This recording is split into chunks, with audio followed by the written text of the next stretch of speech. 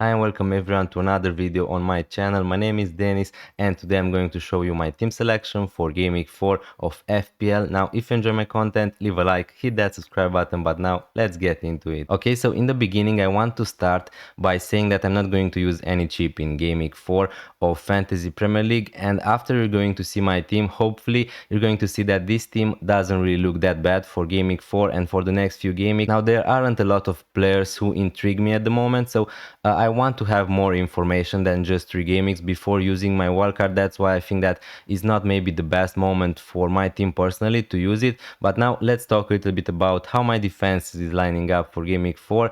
As you can see from the screen, with the goalkeepers, it's a straightforward decision. So I have Sanchez playing against Brentford away and Dubravka playing against Liverpool at home. So definitely I'm just going to play Sanchez. And also I was really impressed with the Chelsea defense. So really happy with my decision to have Sanchez in Game Week 1. If we talk about my playing defenders, they are Pedro Porro, Richards and Milenkovic. Now on the bench, this is where my problems begin this game week. I have Arwan Bissaka, who probably just lost his place as a starter, and we're going to discuss a little bit about him in a minute at the end, because he could be one to move out from my team, because at the moment there is a lot of uncertainty. If you're going to keep Arwan Bissaka, you just don't know when he's going to play, so I could use a transfer there to remove him.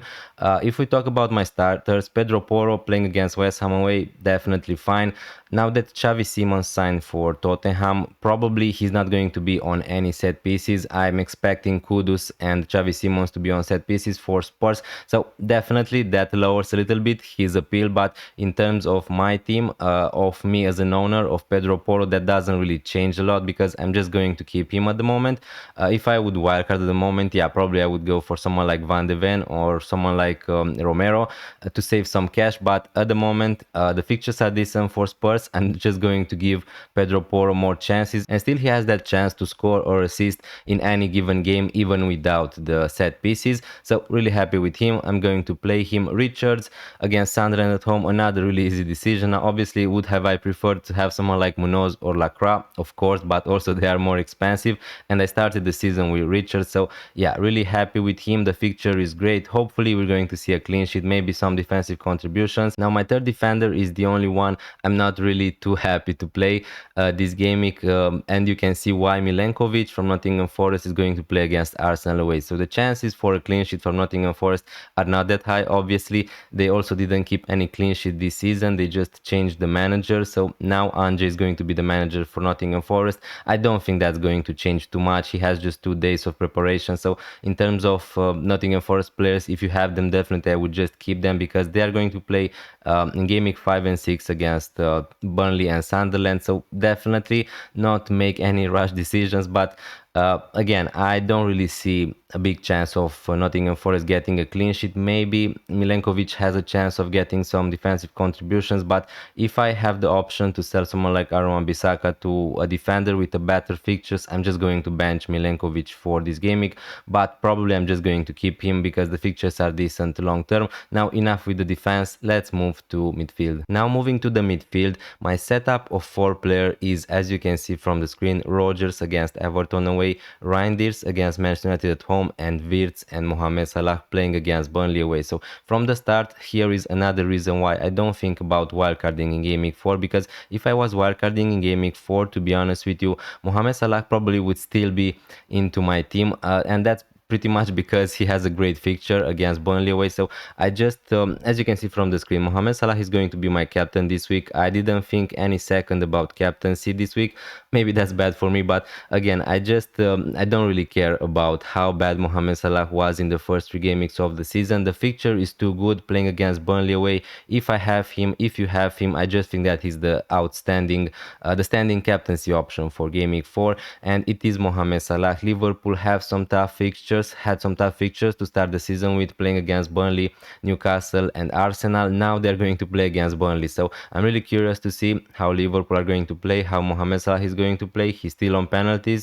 He's still the main man for Liverpool. And although he was playing wide in the first 3 games of the season, I just think that he's the best captaincy option. So definitely he's going to be in my team and he's going to be my captain. Now the same could be said about Wirtz. Now again, he was maybe a bad pick from the beginning because I wasn't forced to have Wirtz from the first games of the season. The fixtures weren't that great, so maybe there I made a mistake. But now if you have a player like Florian Wirtz, I just think that you should keep him. This is the fixture you've been waiting for if you own him from game week 1, obviously. So again, in the second half, in the game against Arsenal, I was a little bit impressed with Florian Wirtz. He created some chances. He had himself some chances to score goals. So again, I think that he's obviously a great player. Now we don't know at the moment how amazing he's going to be in FPL.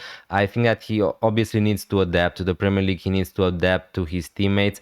And with time, I think that the returns are going to come from Florian Wirtz. So definitely for the next 2 games, probably I'm just going to keep him. Again, I would not use a transfer to sell Wirtz to someone like Gakpo. I think that's a little bit nonsense and sideways. So again, if you have him, just keep him. He's going to be in my team. Hopefully he's going to return in game week 4, because if not, then the situation for him is not going to be that great. With Reinders, last game week he was on my bench, but now let's talk straightforward. As you can see from the bench, Ismail Assar is injured at the moment. We didn't see the press conference from Glasner, so at the moment we don't know how many games he's going to miss. So I'm going to wait to see that information before making any transfers. Now, yeah, I bought Sar last week. He scored and he got injured, so really frustrating for me. At the moment, I'm not forced to play Sar, so I'm going to discuss in a minute what my transfer should be. I'm really happy to play someone like Reinders. In the game week 1, obviously he scored 10 points. I knew before that he's not going to score 10 points every game week, but playing against Manchester United at home is not such a bad fixture for Manchester City. He's looking like his minutes are going to be decent at the moment. So I'm expecting him to start. Not a problem with playing Reinders against Manchester United at home. Now with Rodgers is a different conversation, because again, Aston Villa in general were really bad in the first 3 games of the season, but the fixture is decent, playing against Everton. After that, they have really good fixtures, Aston Villa, so probably I'm just going to keep the faith at the moment in Rodgers, and luckily for him, for my team, I have other priorities at the moment. I have players like Sar, like Wan-Bissaka, who probably I'm going to sell before selling someone like Rodgers, so he's going to stay into my team. Now let's move and see the forwards. Okay, so now that you can see my whole team, please let me know down in the comments down below, what do you think? If you think that this team really needs a wildcard in Game Week 4, but my forward line, as you can see from the screen, is formed by João Pedro, Watkins and Mateta. All forwards are having decent fixtures. I'm really happy with João Pedro, obviously. With Delap injury, with Jackson gone, his minutes are going to be great. The fixtures are not amazing for Chelsea, let's be honest, in the next few game weeks, but he's going to be nailed probably, and there is still that small chance that maybe he's going to be on penalties if Cole Palmer is not going to play. So really happy with João Pedro. Now obviously his ownership is huge at the moment, so doesn't really matter that much. Really happy with Mateta. He was my transfer from last game week. He got me 5 points. Now he's going to play against Sunderland at home, so really happy with him.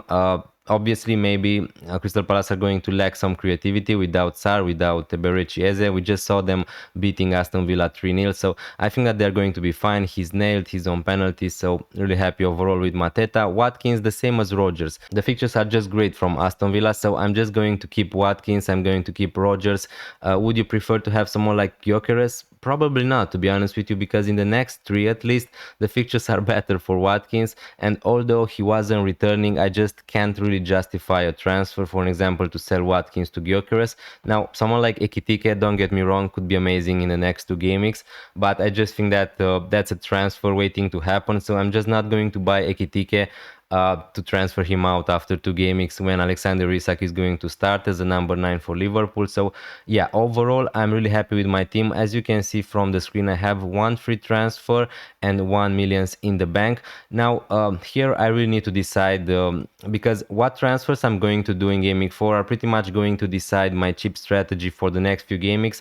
My plan at the moment is, if I can, to use my bench boost in Game Week 5 and to use my free in Game Week 6, because when I bought last Game Week Sar and my Mateta, pretty much I was moving forward on free in Game Week 6. Now at the moment it's still not too late to change my mind and not use the free in Game Week 6, but what transfers I'm going to do this week are pretty much going to determine how it's going to happen. Because for an example, if I'm going to sell Sar to someone like Semenyo, maybe I'm not going to use my free in Game Week 6. So at the moment I'm still on that strategy. If I can to use my bench boost in Game Week 5, that would be amazing, because I just want to get rid of it. Now at the moment, as you can see, I'm not forced to play someone like Sar, so I'm happy with those 4 midfielders. At the moment I'm looking at selling someone like Aaron Bissaka, because there is too much uncertainty. I'm never going to know when he's going to start, when he's going to be on the bench. So for that reason I'm going to look to buy some players like Senesi or Anderson from Fulham. If Ismail Assar is going to be ruled out in the press conference for a long period of time, I'm going to look to sell him. But to be honest with you, at the moment, I just not a lot of midfielders intrigue me. So obviously the easy pick would be to sell Sar to someone like Semenyo, but Semenyo is playing against Leeds in Game Week 6 when I'm planning to use my free, so that's his best fixture in the next few. So I don't really think that I'm going to go for Semenyo, and after that I could go for an Everton midfielder, someone like Grealish, someone like Njay, but he's going to play against Liverpool in Game Week 5, so again not great.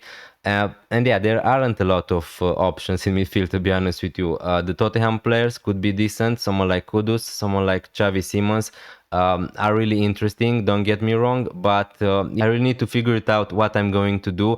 But let me show you how my team is going to look like for Game Week 4 with those moves in mind. Okay, so now let's take a better look at how my team is going to look like in the next 3 game weeks and how my plans and strategies are going to be in place. Now we're going to do that on the Fantasy Football Hub. If you're interested, there's a big discount at the moment, 50%. You have the links into my description, and it's totally free if you want to play with it. Now, as I said before, if Sar is going to be out injured, definitely is going to be a sell. Now, why I don't really fancy selling Sar in Game Week 4 is because, as I said before, I don't think that the alternatives are that good, and I would like to give myself one more game week of information before selling Sar to another midfielder. So, and also Milenkovic is playing against Arsenal, so I could try to upgrade that spot. I have 1 million in the bank, and if what I'm going to do, Aaron Bissaka, frustratingly, it's really making my plans difficult, because now he is a sell, he's an avoid. I'm not sure when he's going to play anyway, so I really need to sell him. And if I'm going to do that, I'm going to have 5.4 millions in the bank. Now the sad part is that I can't go for a defender like Munoz. He would be my standout pick, because I have already 3 Crystal Palace players and I don't really want to take a -4. So my most likely destination is going to be Anderson from Fulham, and I'm going to tell you in a minute why. Because as you can see, in Game Week 4 he's going to play against Leeds, so he's going to solve my problems in Game Week 4. And if we move to Game Week 5, Anderson is also going to play against Brentford at home. My other option would be someone like Senesi, but Senesi is playing against Newcastle in Game Week 5, so if I'm going to look to use my bench boost, he's not going to be that of a good option. Now this is how my team in Game Week 5 probably is going to look like, and this is the week I'm planning to use my wildcard. Now here, I'm just going to say it. It really depends how someone like Harvey Elliott is going to perform. I think that he could be great value at that price, 5.4 millions. I know that not a lot of people are talking about him. I don't really want to buy him in Game Week 4, because I don't think that he's going to start in the first place, and I really want to see how he's going to play. And if I'm going to be confident then that Harvey Elliott is going to start in Game Week 5, I'm probably just going to buy him instead of Sar, because Aston Villa are going to play against Sunderland, so the fixtures are going to be really good. Someone like Pedro Porpoli would be here my starting defender, and this is how my bench boost is going to look like in Game Week 5 if I'm going to go with these transfers. Let's just put Sanchez here as a starter. So I'm going to have Dubravka and Esteve against Nottingham Forest at home. So again, it is Burnley. The chances for them keeping a clean sheet are not that high. Nottingham Forest are a team who definitely could win against Burnley, but the fixture is better in these weeks, is the best fixture for Burnley, so that's why I want to play my bench boost to get it out of the way. Reinders against Arsenal away is not fantastic, don't get me wrong, but again, he's playing for Manchester City. Arsenal is probably the toughest fixture when talking about attacking options. But he's just a 5.7 million midfielder, so yeah, I don't really care about that. And also I'm going to have Richards against West Ham away. So this is how my bench boost would look like. Please let me know about your opinion in the comments down below. Other than that, I'm going to have triple Aston Villa, Rodgers, Elliott and Watkins against Sunderland away, and that doesn't really sound amazing now, but in one game week time maybe a lot of things are going to change. My defense is looking amazing. João Pedro against Man United, Mateta against West Ham, and Watkins against Sunderland. Now, obviously, there are other options in midfield. If I want to go there, I'm going to have 7.4 million. So if I want, I could just go for someone like Semenyo, who's going to play against Newcastle at home. Someone like Dango is going to play against Fulham. He could be another option. But other than that, not a lot of midfielders who are intriguing me. Madueke, Eze, these players are going to play against Manchester City. Anderson is going to play against Burnley, so he could be an option from Nottingham Forest, but not that exciting. That someone like Harvey Elliott, Njaya and Grealish are going to play against Liverpool. So as you can see from the screen, there aren't really a lot of decent options. Maybe someone like Xavi Simons, maybe someone like Kudus. I'm going to think what I'm going to do, but again, I really need to figure it out what I'm going to do firstly in Game Week 4, and that's going to determine how my team is going to look like and how my chip strategy is going to look like in the next two game weeks, if I'm going to be able to use my bench boost in the first place. And then in Game Week 6, if we go with this team, obviously I'm not going to be forced to use my frit or something like that, but the reason why I really want to use my frit is because I want to have Haaland, and I won't be able to get to that without taking a hit. And yeah, if I decide I'm not going to use my frit in Game Week 6, the team doesn't really look that bad, to be honest with you. So I could play someone like Anderson here instead of Richards. I'm going to have still one transfer. The midfield is looking okay. Reinders against Burnley.